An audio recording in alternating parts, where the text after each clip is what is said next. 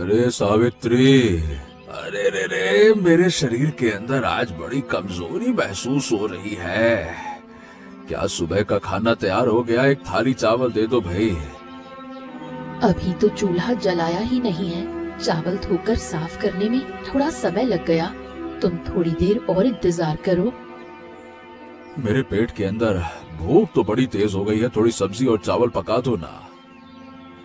उधर कन्हई बाबू के गोदाम में मेरे काम करने का समय हो गया है। देरी होने पर मालिक गुस्सा करेंगे। तो तुम एक काम करो सावित्री, तुम इस खाना पकाने के काम को छोड़कर अपने काम के लिए गोदाम की तरफ जाओ। ऐसा कैसे हो सकता है? मैं अभी खाना बनाना खत्म करके तुम्हें अपने हाथ से खिलाकर फिर घर से बाहर जाऊंगी। सावित्री, तुम काम के लिए तैयार हो जाओ। इस बीमार शरीर के साथ मैं खाना पकाना संभाल लूंगा भाई। जाओ। तुम इस बीमारी की हालत में बिस्तर छोड़कर रसोई में क्यों आ गए? तुम्हें तो अभी आराम करना चाहिए। इससे मुझे कोई समस्या नहीं होगी सावित्री, मैं धीरे धीरे सब संभाल लूंगा। तुम्हारे काम के लिए देरी हो रही है, जाओ जाओ। हाँ तो सरला, तो आज मैं उस दूर के बड़े मैदान की तरफ जा रहा हूँ। तुम संभल कर ईंट भट्टे की तरफ अपने काम पर जाना, ठीक है ना? आप भी रास्ते में संभल कर जाइएगा। आसमान में बादल छाए हुए हैं, किसी भी समय शायद तेज बारिश शुरू हो सकती है। आज तो आलस खत्म होने का नाम ही नहीं ले रहा। भट्टे के मालिक फिर देरी होने पर डांटेंगे। सरला, क्या तू भट्टे पर जाने के लिए सुबह सुबह रास्ते के मोड़ पर अकेली खड़ी है बहन? इतनी जल्दबाजी में कहाँ जा रही हो? चेहरा इतना सूखा हुआ क्यों है? क्या बताऊं, आज घर का चूल्हा जलने में देरी हो गई। गोपाल को बीमार हालत में छोड़कर काम पर आ रही हूँ रे। हम लोग अलग अलग काम करती हैं, लेकिन हमें तो एक ही रास्ते से जाना है। चलो दोनों एक साथ ही चलना शुरू करते हैं। चल बहन, तेरे साथ बातें करते करते जाने से मन के अंदर की ये चिंता थोड़ी बहुत तो हल्की होगी। कन्हई बाबू, गोपाल की बीमारी दिन ब दिन बढ़ती ही जा रही है। मुझे अगर 2 रुपए बढ़ाकर दे देते। 2 रुपए तुझे बढ़ाकर देना कोई बड़ी बात नहीं है रे सावित्री, मैं तुझे ये पैसे दे ही सकता हूँ। आपकी ये दया हो जाती तो मैं शहर के बड़े अस्पताल में ले जाकर गोपाल का कोई ऐसी कार्टून स्टोरीज देखने के लिए हमारा चैनल सब्सक्राइब करना मत भूलना। लेकिन हर दिन इस तरह तुझे अग्रिम पैसे देने से मेरा अपना व्यवसाय चलाना कठिन हो जाएगा बेटी, ये भी तो समझना। गोदाम के काम में तो मैंने कभी लापरवाही नहीं की कन्हई बाबू। आपका हर हुक्म मैं पूरे मन से मानती हूँ। हाँ, तो मन लगाकर काम करती है ये मैं जानता हूँ, लेकिन हमारा ये पुराना व्यवसाय अब बाढ़ के पानी की तरह मंदी की चपेट में है, समझ तू। गोदाम में क्या पहले की तरह अब नए ग्राहक नहीं आ रहे हैं कन्हई बाबू? चारों तरफ की दुकानें तो खाली दिख रही हैं। हाँ, इस नए युग में सब बड़े बड़े शहरों की तरफ चले जा रहे हैं, क्या बताओ। तो क्या हमारे इस गोदाम का काम अब ज्यादा दिनों तक नहीं रहेगा? मुझे बहुत डर लग रहा है कन्हई बाबू। फिर भी मैं तुझे थोड़ा बढ़ाकर देने की कोशिश करूंगा, लेकिन अगर ऐसा ही चलता रहा तो व्यवसाय शायद बंद ही हो जाएगा। सरला, कन्हई बाबू की बातें सुनकर आज से मेरे दिल के अंदर घबराहट हो रही है बहन।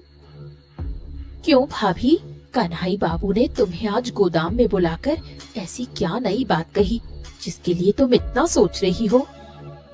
उनका व्यवसाय मंदी में चल रहा है। पहले जो पैसा मिलता था अब वो पैसा भी ठीक से नहीं दे पा रहे हैं। इस मुसीबत के दिनों में सबका व्यवसाय जैसे गड़बड़ा गया है भाभी। मुझे खुद भी डर लग रहा है। अगर सच में ये काम चला गया, खरीदने का कोई रास्ता नहीं बचेगा रे। तुम अपने मन को इस तरह कमजोर मत करो भाभी। चलो, रात हो रही है, अब अपने घर लौटा जाए। सावित्री, आज तुम्हारा चेहरा इतना सूखा और उदास क्यों दिख रहा है? क्या गोदाम में कोई नई समस्या हुई है क्या? कन्हई बाबू का व्यवसाय अब अच्छा नहीं चल रहा है। उनके गोदाम का काम शायद कुछ ही दिनों में मेरा छूट सकता है। ये सब सोचकर तुम अपने मन में और बेकार की चिंता मत करो सावित्री। ईश्वर हमारे लिए कोई न कोई अच्छा रास्ता जरूर निकाल देंगे, ठीक है? भाभी, ओ भाभी, घर के अंदर और कितना काम करोगी? बाहर आओ, हमारे काम के लिए देरी हो रही है।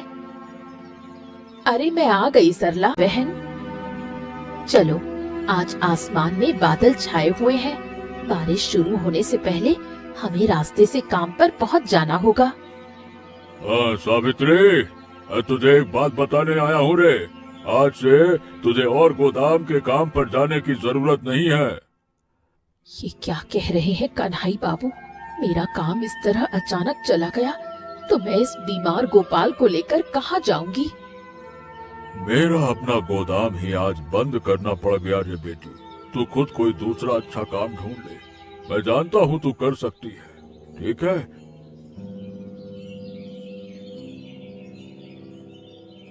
कन्हई बाबू चले गए भाभी, तुम चिंता मत करो।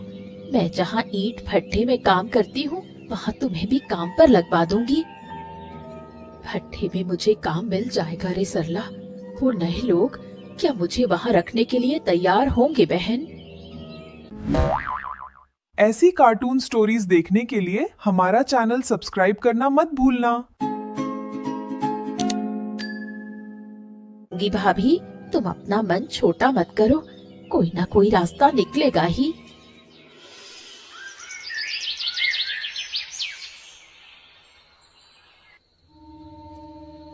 सावित्री, कन्हई बाबू के गोदाम का काम छूट जाने से हमारे परिवार का रास्ता मुश्किल हो गया है रे।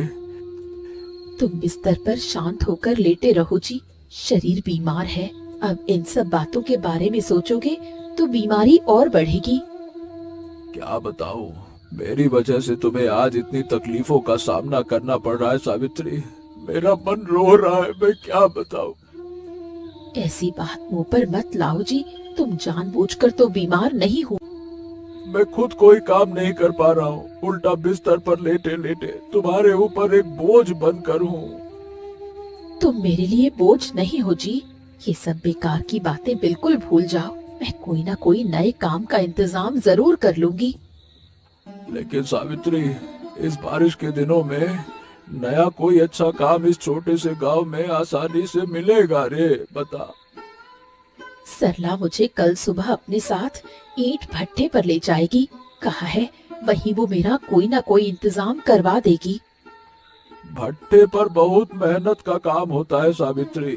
वो कठिन काम क्या तुम अपने इन हाथों से संभाल पाओगी? परिवार की गरीबी दूर करने के लिए मैं हर मेहनत हंसते हंसते सह सकती हूँ जी।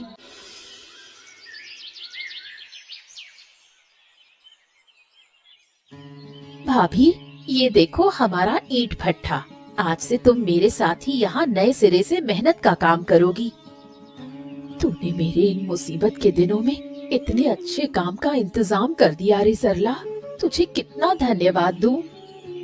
धन्यवाद की बात मत करो भाभी, हम तो सुख दुख की हमेशा ही सहेलियां हैं रे। लेकिन सरला, इस भट्ठे में ईंट की कच्ची मिट्टी सांचे में डालकर कैसे सजानी होती है ये तो मैं कुछ भी नहीं जानती बहन। तुम डरो मत भाभी, मैं तुम्हें एक एक करके इस भट्ठे के सारे काम के नियम आसानी से समझा दूंगी। तू साथ है इसलिए मैं अपने मन के अंदर इतना बड़ा भरोसा और ताकत महसूस कर रही हूँ रे सरला। ये देखो भाभी, पहले इस गीली मिट्टी के ढेलों को सांचे के अंदर मजबूती से दबाकर बराबर करना होता है। अच्छा, उसके बाद इन्हें लकड़ी के तख्ते पर उलटकर धूप में सुखाने के लिए इस तरह कतार में सजाकर रखना होगा। हाँ भाभी, तुमने काम पकड़ लिया। चलो, मालिक के आने से पहले हम अपना आज का काम शुरू कर देते हैं। चल बहन, आज मन लगाकर मेहनत करेंगे। काम की नई ऐसी कार्टून स्टोरीज देखने के लिए हमारा चैनल सब्सक्राइब करना मत भूलना। हमें काम से नहीं निकालेंगे।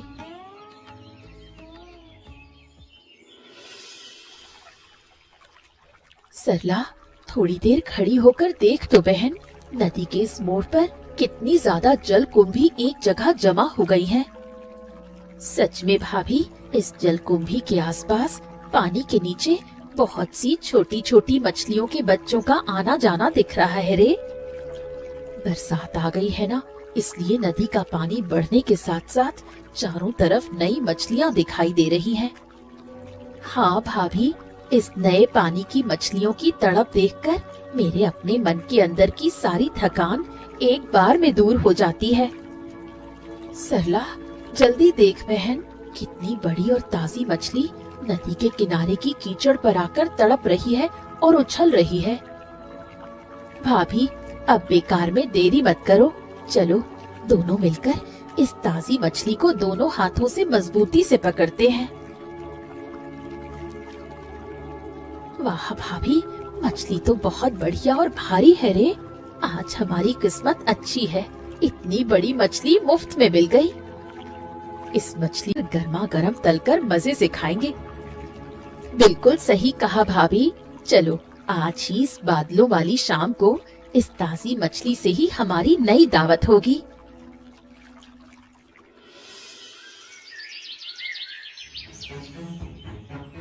चलो तुम दोनों मिट्टी का काम अभी के लिए बंद करो। इस बारिश के दिनों में कीचड़ की ईंटें बिल्कुल नहीं सूखेंगी। चलो रहने दो। मालिक, बारिश तो थोड़ी देर बाद आसमान साफ होने पर कम हो जाएगी। क्या हम शेड के नीचे बैठकर बाकी काम करें? अरे नहीं नहीं नहीं सरला, अरे भाई तुम लोगों को अब इस ईंट के भट्ठे में नए सिरे से कीचड़ की ईंट बनाने की कोई जरूरत नहीं है रे बेटी, अभी मत बना। ये क्या कह रहे हैं मालिक? इन बादलों वाले दिन में हमारा काम बंद हो गया तो हम इस नए भट्ठे में मेहनत कैसे करेंगे?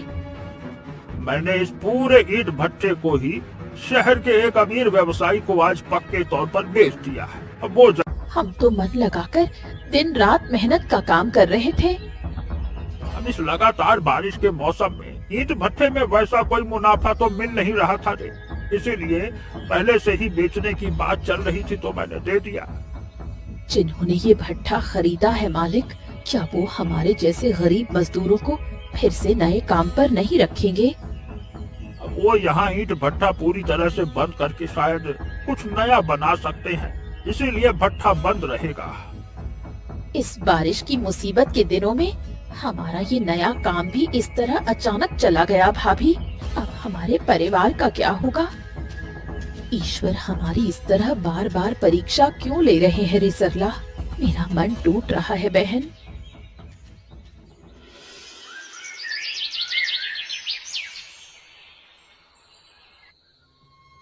भाभी, अचानक इस तरह बरसात आ जाने के कारण हमारी जिंदगी का सब कुछ जैसे एक बार में बिखर गया रे। हाँ सरला, दो करेंगी कुछ भी समझ नहीं पा रही हूँ बहन। हमारे सामने सुबह पकड़ी हुई वो नदी की ताजी मछली पड़ी है भाभी, लेकिन उसे पकाकर खाने जैसी मन की खुशी नहीं है। सरला, इस मछली की तरफ देखकर मेरे दिमाग के अंदर अचानक से एक बहुत सुंदर नया विचार आया है रे। क्या विचार भाभी? इस मुसीबत के दिनों में तुम फिर कौन से नए उपाय के बारे में सोच रही हो? मुझे साफ साफ बताओ। हम अगर इस पूरी बरसात के समय घर पर हाथ धरकर बैठे न रहकर नदी में इस तरह रोज मछलियां पकड़े तो कैसा रहेगा? नदी से रोज मछलियां पकड़ना, लेकिन भाभी हम तो दो साधारण औरतें हैं, इतनी बड़ी उफनती नदी में कैसे मछलियां पकड़ेंगी? क्यों नहीं कर पाएंगी बहन? हमें मेहनत से डर तो नहीं लगता। जाल और जूट का थैला लेकर नदी के किनारे कोशिश करने पर मछलियां मिल ही जाएंगी। लेकिन भाभी, क्या हमें नदी से पर्याप्त मछलियां मिल पाएंगी? उससे क्या हमारे परिवार का खर्चा चल सकेगा? वो कल सुबह नदी पर जाने पर ही आसानी से पता चल जाएगा, नहीं तो हमारा ये गरीब परिवार अब नहीं चल पाएगा बहन। तुम बिल्कुल ठीक कह रही हो भाभी, हमें जीने के लिए ये मछलियाँ पकड़नी ही होगी। कल सुबह सुबह ही मैं तुम्हारे आंगन में आ जाऊँ। सावित्री, सरला बेटी, अरे तुम दोनों इस सुबह सुबह नदी के बढ़ते पानी के अंदर अकेली खड़ी होकर ये इस तरह से कर क्या रही हो? प्रणाम कन्हई बाबू, हमारे ईंट भट्टे का काम भी कल से बंद हो गया है, इसलिए दोनों मिलकर नदी से मछलियाँ पकड़ रही हैं। तुम दोनों सहेलियों की ये मेहनत और परिवार की लड़ाई देखकर मेरे अपने बूढ़े दिल के अंदर दुख हो रहा है रे, बड़ा दुख। क्या करें कन्हई बाबू, घर में तो चावल खत्म होने वाले हैं। हम इस छोटे जाल से पानी में मछलियाँ पकड़ने की कोशिश कर रहे हैं बस। तुम लोग जब मछली का काम करोगी तो तुम्हें एक बात बताता हूँ। आज सुबह मैं अपनी गौशाला। कन्हई बाबू, आपके उस पीछे के बड़े तालाब में क्या कोई नई अच्छी मछलियाँ देखने को नहीं मिल पा रही है? अरे बेटी, बढ़ते नए पानी के साथ नदी से बहुत सी अच्छी अच्छी मछलियों के बच्चे उस तालाब के अंदर आकर घुस गए हैं रे। कन्हई बाबू की बात सुनकर मेरे दिमाग में एक नया विचार आया है। अब हमें बहुत अच्छा मुनाफा हो सकता है। क्या विचार भाभी? कन्हई बाबू के तालाब की मछलियों के बच्चों से हमें कैसे मुनाफा होगा, थोड़ा समझाकर बताओ। कन्हई बाबू, हम आपके उस पीछे के बड़े तालाब को अपने मछली पालन के लिए अच्छी तरह उपयोग करना चाहते हैं। किस लिए उपयोग करना चाहती हो भाभी? कन्हई बाबू अगर तैयार हो जाएं, तो ये हमारे लिए बहुत बड़ा अवसर होगा।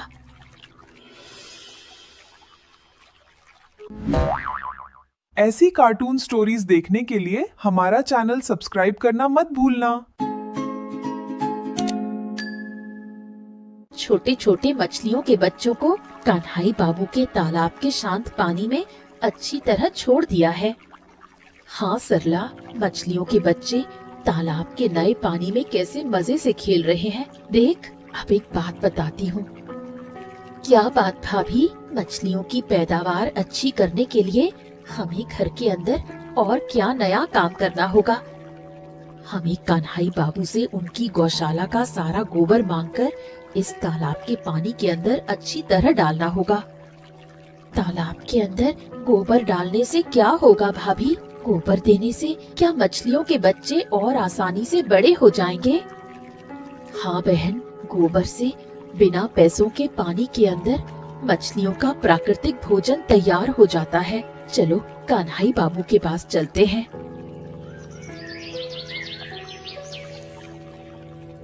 कन्हई बाबू, हमारी मछलियों के बच्चों के लिए गौशाला से अगर कुछ गोबर लेने देते तो बहुत बड़ी मदद हो जाती।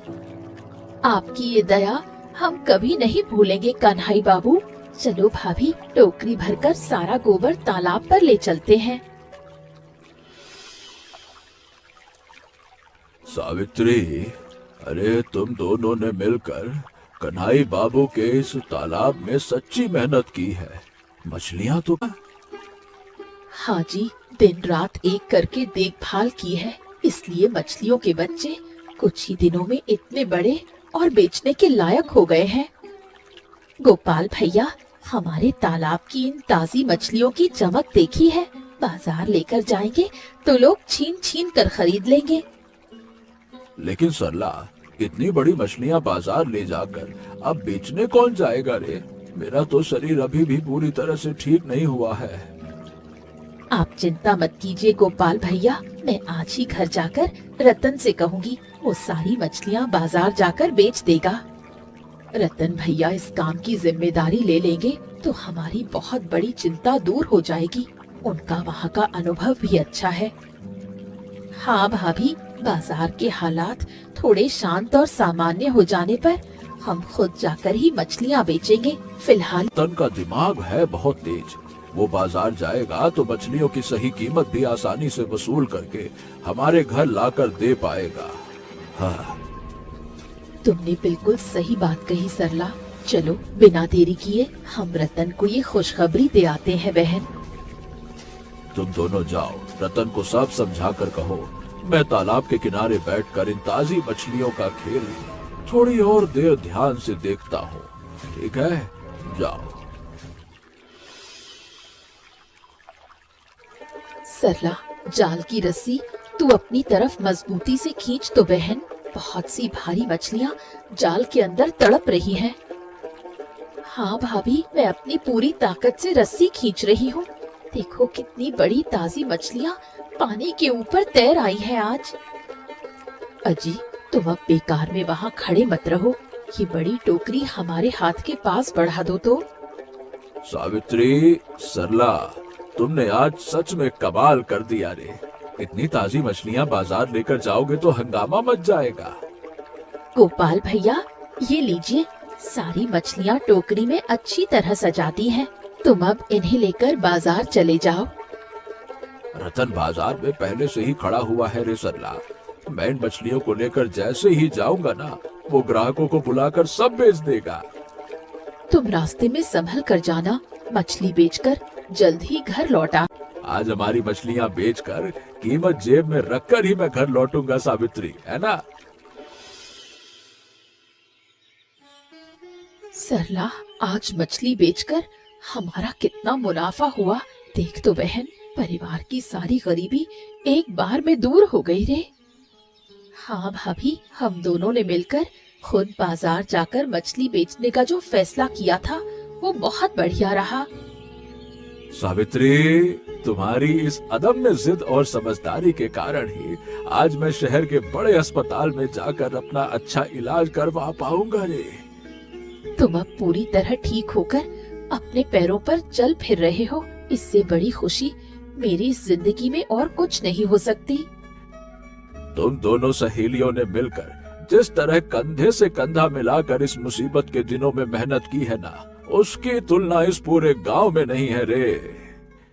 हमने सच्चे रास्ते पर बैठने नहीं दिया, नया एक अच्छा रास्ता दिखाया है। तुम दोनों की ये आपसी ताकत और प्यार का बंधन ही हमारे लिए ये जीत लेकर आया है रे। तुम दोनों बहुत अच्छी लड़कियां हो, बहुत अच्छी। बिल्कुल सही बात कही भाभी। हमारे अपने घर के ये सुख के दिन हमेशा हमारे परिवार में ऐसे ही बने रहे बहन। चलो जी, आज खुशी के दिन घर में कुछ अच्छा खाना पकाते हैं। सरला, तू आज रात को कहीं नहीं जाएगी, हमारे साथ ही खाना खाएगी बहन। ऐसी कार्टून स्टोरीज देखने के लिए हमारा चैनल सब्सक्राइब करना मत भूलना।